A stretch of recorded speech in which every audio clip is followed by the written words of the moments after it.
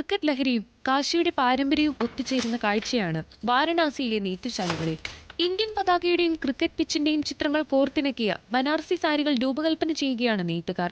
സാരിയുടെ മുന്താണിയിൽ cricket pitch, bat, ball, ലോകകപ്പ് trophy എന്നിവയുടെ മനോഹരമായ ചിത്രങ്ങൾ നെയ്തെടുക്കുകയാണിവർ.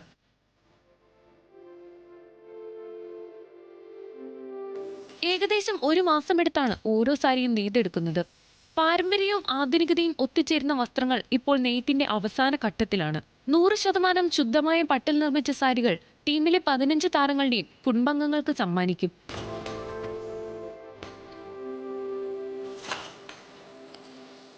മുഴുവൻ പട്ടായതിനാലും കൈത്തറിയിൽ നേരിട്ട് നിർമ്മിക്കുന്നത് കാരണവും ഒരു സാരിക്ക് 25,000 മുതൽ 30,000 രൂപ വരെയാണ് നിർമ്മാണ ചെലവ്.